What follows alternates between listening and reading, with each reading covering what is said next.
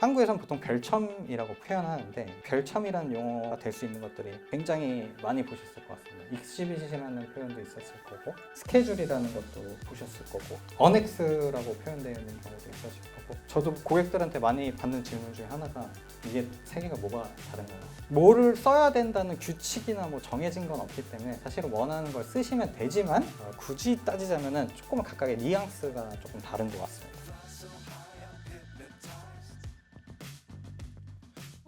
기초적인 부분부터 볼 건데요. 뭐 영어로는 preamble이라고 하고 한국어로는 뭐 표제부 뭐 이런 표현은 다양하겠지만 뭐 계약서의 첫 페이지 제일 첫 부분이라고 보시면 될 것 같습니다.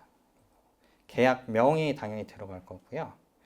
계약 체결일, 당사자 정보 등을 기재해서 당사자들을 특정하고 효력 발생이나 체결일을 명확히 하는 부분입니다. 여기서 계약 이 체결의 날짜가 보통 국문 계약을 보면은 앞에서 계약 체결이나 날짜 기재를 안 하고 뒤에 서명란에 날짜를 기재하시는 경우가 많거든요. 사실 영문 계약에서는 앞에 이 계약 체결일을 기재를 합니다. 그리고 이 계약 체결일과 계약 효력 발생일이 사실 두 개가 다를 수가 있는데 계약 체결일은 실제 뭐 계약서를 서명한 날이 될 테고 계약 효력 발생일은 계약서가 실질적인 효력을 발휘하는 일자를 의미하는데 가끔씩 계약서를 이 효력 발생일을 백데이트해서 과거로 소급하시는 경우들이 꽤 있으세요. 왜냐면은 저희 고객분들도 보시면은 뭐 이렇게 경영진에서 원하셔서 계약을 체결하기로 한 날짜가 있는데 그 날짜를 막 맞추기 위해서 노력은 했지만 뭐 협상이 마무리가 안 돼서 뭐 조금 더 지체된 상황에서 계약 실제 체결이나 효력 발생은 한참 전의 날짜로 해서 하시는 경우가 많으신데 오히려 체결일과 효력 발생일을 다르게 해서 이거는 소급해서 적용한다 하고 명확히 기재해 두시면 그나마 조금 난데 계약 체결일과 효력 발생을 동일하게 날짜로 기재하시는데 사실은 실제 서명일보다 전에 날짜를 기재를 하는 경우가 계시거든요. 저는 고객분들한테 항상 그럴 때 이거는 그렇게 하시면 안 됩니다라고 꼭 말씀을 드리는데 오늘 날짜보다 소급해서 계약서가 적용되도록 하면은 사실 그 사이에 무슨 일이 일어났는지에 대해서는 아무도 알고 있는 사람이 없거든요. 그러니까 우리가 모르는 상황에 어떤 돌발 이슈가 발생할 수 있는데 그렇게 됐을 경우에 그 책임이나 의무가 그냥 우리가 계약을 체결한 날짜랑은 다르잖아 하고 넘어갈 수 있는 게 아니라 그 소급 적용하신 날부터 그게 모든 의무를 부담하시게 된다는 거 항상 고려하셔서 웬만하면 계약서 백데이팅 하시는 거는 지양하시는 것이 좋다고 저는 꼭 말씀드립니다. 다음에 계약서에서 바로 아까 표제부 바로 밑에 보통 나오는 부분이 전문인데요. 전문의 기능은 뭐 계약서의 이 체결 배경이나 취지나 목적 간략히 설명하고 그래서 이 계약을 나중에 해석해야 되는 상황에 올 때 이 당사자의 의도가 무엇인지 정확히 파악할 수 있는 근거가 되는 조항입니다. 그간의 양 당사자들의 이 계약으로 표현 안 되는 뭔가 히스토리라든지 기존 다른 계약이 있었는데 새로운 신규 계약을 체결한다든지 계약서 본문에는 나올 수 없는 이런 내용들을 기재하셔서 계약 전체가 이게 논리적인 흐름이 이루어질 수 있도록 하시는 조항이라고 보시면 됩니다. 사실 저도 고객들 항상 말씀하시는 거 보시면은 이 전문에 대해서는 크게 중요하게 생각 안 하시는 경우가 많은데 어떻게 보면은 전문 내용이 일반적으로는 전문 내용이 계약의 권리와 의무를 구성하지는 않는다고 보는 게 일반적이긴 한데 그럼에도 불구하고 이 전문을 잘 작성하셔야 계약서 완성도가 높아진다는 점 항상 참고해 주시면 감사하겠습니다. 아까 라이센스 권리 범위에 대해서 한참 설명했는데 이 라이센스 권리 범위는 보통 라이센스 부여 조항에서 아주 쉽게 다 찾아볼 수 있도록 작성합니다. 지금 제가 들어놓은 예문을 보시면 라이선서가 라이선시에게 라이센스를 부여함에 있어서 이 권리 내용을 다 지금 이 한 줄 안에 거의 다 들어오도록 작성을 해두었습니다. 보시면은 저희가 아까 다 얘기했던 익스클루시브인지, 만약 non exclusive면 저 자리에 non exclusive가 들어가야 되겠죠. 그리고 sub 라이센스가 가능한지, 이게 sub 라이센서블인지 아닌지 이렇게 기재하게 되시고, 실질적으로 라이센스 하에 사용이라 하는 게 무엇을 의미하는지 보시면 요 예문에서는 make, use, offer to sell, sell and import 뭐 이렇게 나와 있는데 그것들이 다 여기에 들어가게 됩니다. 그래서 여기에 없는 내용을 보자면은 아까 말씀드렸던 have made 제3자 뭐 subcontractor 통해서 제작할 수 있느냐 없느냐 그것도 여기에 표시가 가능하고요. 만약에 표시를 했을 거라면 make 뒤에 뭐 have made 정도 문구를 추가를 합니다. 마찬가지로 이 권리부여 조항 뒤에 보통은 따라오는 것들이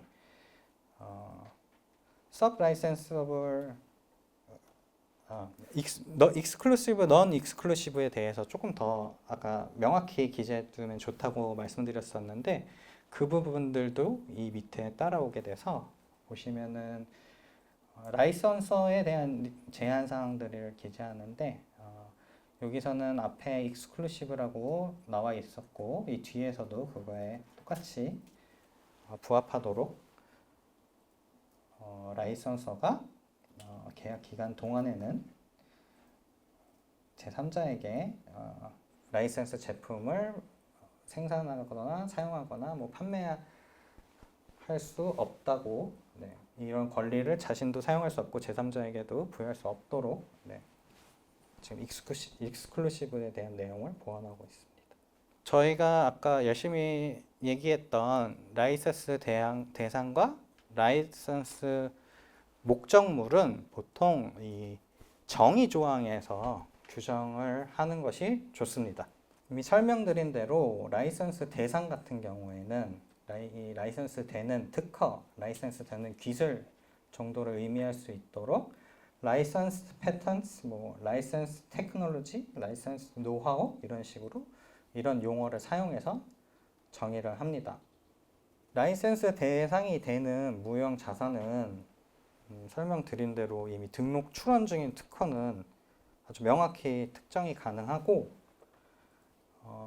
지금 예제로 든 문구에서도 지금 라이선스 대상이 되는 특허를 기재하도록 되어 있습니다. 반면에 이제 등록할 수 없거나 출원되지 않은 기술 노하우들은 말씀드린 대로 양 당사자가 합의 가능한 수준에서 식별 가능하도록 서술을 해야 되는데 너무 과도하게 정보를 공개하거나 아니면 특정이 불가능할 정도로 모호하게 기술하는 것은 주의하셔야 됩니다. 지금 예제에 보시면 라이센스 패턴트라는 용어를 정의함에 있어서 스케줄하고 공란으로 되어 있는데 이제 별첨에 리스트업된 특허와 특허 출원을 모두 포함한다 이런 식으로 해서 지금 별첨을 사용하는 거를 보실 수 있을 겁니다. 실무적으로는 용어를 정의할 때 정의 조항은 보통 한 서너 줄 이상을 넘어가면은 너무 길기 때문에 서너 줄을 넘어서 뭔가 계속 리스트업이 된다. 그러시면은 별첨을 사용하시는 게 좋고요. 한국에서는 보통 별첨이라고 표현하는데 이 별첨이라는 용어가 될 수 있는 것들이 굉장히 많이 보셨을 것 같습니다. 익시비시라는 표현도 있었을 거고 스케줄이라는 것도 보셨을 거고 어넥스라고 표현되어 있는 경우도 있으실 거고 저도 고객들한테 많이 받는 질문 중에 하나가 이게 세 개가 뭐가 다른가요? 라고 하시는데 뭐를 써야 된다는 규칙이나 뭐 정해진 건 없기 때문에 사실은 원하는 걸 쓰시면 되지만 굳이 따지자면은 조금 각각의 뉘앙스가 조금 다른 것 같습니다. 그래서 보통 exhibit이라는 표현은 뉘앙스 자체가 약간 뭔가 이게 증거, 예시, 뭐 약간 이런 뉘앙스를 갖고 있기 때문에 본문의 특정 조항에서 언급된 어떤 문서가 있거나 그럴 경우에는 그것에 대한 예시, 샘플 문서 이렇게 사용하시는 경우에 쓰는 것이 좋고요. 그래서 뭔가 도면이라든지 사용해야 되는 표준 양식을 첨부해야 되실 때는 exhibit이라는 표현을 쓰시는 게 뭔가 그 뉘앙스가 조금 더 적절하실 것 같습니다. 반면에 스케줄은 스케줄 뉘앙스 자체가 약간 목록, 표, 뭐 이렇게 세부 내용 그런 뉘앙스가 강합니다. 그래서 지금 저희 예문에서 사용한 것처럼 어떤 계약의 조건에 대한 구체적인 수치라든지 표라든지 언급되어 있는 어떤 목록이라든지를 하실 때 계약에 기재하실 때 별첨으로 기재하실 때는 스케줄이라는 표현이 더 적합한 것 같습니다. 예컨대 저희 뭐 로열티가 여러 단계로 적용된다면 로열티 테이블이라든지 저희 요 지금 예문에서 사용했던 듯이 저희 특허 목록이라든지 필드 오브 유즈의 목록이라든지 어떤 납품 관련된 일정이 있다면 일정이라든지 가격표라든지 이런 거에 사용하시면 좋습니다. 어넥스는 뉘앙스가 약간 부속 문서 이 정도의 뉘앙스라고 보시면 좋을 것 같고요. 뭔가 계약 내용과는 별도로 존재하는 어떤 문건, 어떤 전체 문서를 첨부하실 때 보통 어넥스라는 것이 더 뉘앙스가 맞는 것 같습니다.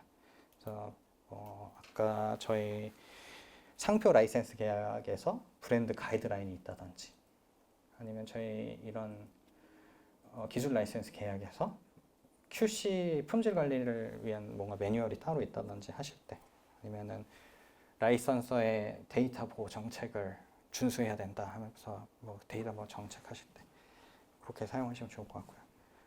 제가 이런 그냥 원래 단어들이 갖고 있는 뉘앙스에 대해서 설명을 드렸는데 아까 말씀드린 듯이 정해진 규칙이 있는 것은 아니고 그냥 편하신 거 사실 쓰시면 됩니다. 아까 저희가 체크리스트에서 설명드렸던 특허뿐만 아니라 등록 가능한 IP가 라이센스 대상일 경우에는 이 출원이나 등록 유지 의무를 계약서상에 어떤 그 의무와 비용의 부담에 대해서 기재를 해 두어야 되는데요. 말씀드렸듯이 non exclusive 라이센스보다는 exclusive 라이센스에서 더 중요한 역할을 합니다. 일반적으로는 이런 책임이나 비용 부담은 라이센서가 하신 게 맞고요. 출원이나 신청 같은 경우에는 라이센스 지역 내에서 이런 등록 가능한 권리가 등록이 안 돼 있을 때 어떻게 하실지. 그리고 라이선시 입장에서는 특히 익스클루시브 라이선시라면 이 특허의 출원 등록 과정에서 적극적으로 이제 본인이 참여하실 것인지 안 하실 것인지 그런 내용까지 다 반영하실 수 있습니다. 지금 예제 문구를 보면 본 계약상 라이센스 대상이 되는 이 라이센스 패턴츠에 속하는 모든 특허에 대해서 라이센서가 이런 출원 등록 유지 의무를 부담하도록 되어 있습니다. 뿐만 아니라 라이선시 입장에서는 이런 출원 과정이나 이런 집행을 위해서 항상 라이선시와 협의하도록 규정하고 있고 변경사항이 있을 경우에는 라이선시에게 통지할 의무까지 이렇게 구성하실 수 마찬가지로 앞서 설명드렸던 제3자 침해 대응 의무와 관련된 조항인데요. 침해가 있을 때는 예제는 조금 간단하게 지금 작성이 되어 있거든요. 침해가 있는 경우 대응을 할 권리가 누가 있느냐, 아니면 의무가 있느냐, 이렇게 구성하실 수 있으실 텐데, 결국은 침해 대응에 대한 소송을 누가 제기하고, 비용은 누가 부담하고, 만약에 여기서 손해배상금이 발생한다면 어떻게 나눌 것인가가 핵심일 것 같습니다.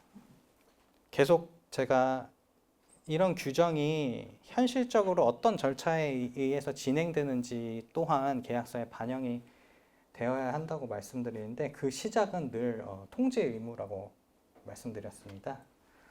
그래서 침해 사실을 인지한 즉시 상호간에 이런 침해 내가 있다 서명 통지하도록, 그리고 이런 통지할 때는 침해자 정보나 침해 사유라든지 이런 내용에 대해서 포함해서 서면 통지할 수 있도록 할 의무를 부과를 하셔야 됩니다. 소송 대응 조항에서 소송을 주도할 의무를 가지지 않는 당사자에게도 적어도 침해 대응하는 과정에서 협력 의무를 부과하시는 것은 꼭 잊으시면 안 되는데, 관련 정보를 제공하거나 증거를 제출하거나 이런 기술적 지원을 해주는 합리적인 수준의 협력 의무는 꼭 규정을 해두셔야 됩니다. 비용 부담 같은 경우는 일반적으로 소송을 주도하는 당사자가 부담하는 게 맞겠지만, 계약에 따라서 얼마든지 이 비용 부담은 합의하신 바에 따라서 규정하시면 됩니다. 결국은 소송 주도권은 독점 라이센시 경우에는 침해 소송을 직접 제기할 수 있는 권리를 부여받으시고자 하는 경우가 많고요. 네. 구성을 대신 라이선서가, 실제적인 권리 보유자인 라이선서가 먼저 소송을 갖고 일정 기간 내에 소송하지 않으면 라이센시에게 권한이 소송을 주도할 권한을 이전되는 방식으로 구성하실 수 있습니다. 반면에 비독점 라이선시가 이런 소송을 주도하는 권리를 보유받는 것은 굉장히 이례적이고요. 소송을 주도하기보다는 직접 소송을 하기보다는 라이선시에게 대응을 하기를, 소송을 하기를 요구하도록 규정하는 경우가 많습니다. 이런 아까도 말이 나왔었는데요. 라이선서가 이를 거부하거나 해서 침해 대응이 일어나지 않는 기간에는 로열티를 감면하거나 아니면 로열티 지급을 유예하거나, 아니면 이게 너무 심각한 수준에 달았다 그러면 계약 해지 가능하도록까지 구성하는 것을 고려하실 수 있습니다. 이 내용들을 지금 예제로 보시면은, 일단은 권리 대응을 제3자 침해에 대응할 의무로, 라이선시 의무로 구성하실 경우에는 이 계약서 지금 예제에 나와 있는 것처럼 shall까지 기재하시고, 괄호 안에 이 have the first right 부분이 괄호 안에 들어있는 부분 작성을 안 하시면은 자연스럽게 지금 의무를 부과하는 문장이 될 것이고, 이 괄호 안에 지금 보시면 have the first right but not the obligation to 라고 해놨는데, 이렇게 구성하실 경우에는 대응할 권리는 가지지만 의무는 부과하지 않도록도 구성 가능합니다. 그러니까 설명드린 대로 뒤에 또 노란색으로 하이라이트된 부분 보시면, 라이선시 입장에서는 라이선서가 여기 대응하지 않는 경우, 특정 기간 내에 대응하지 않는 경우 본인이 직접 대응할 수 있는 권리를 갖도록 하는 문구는 지금 여기 예제에 있는 것처럼 표현하실 수 있습니다.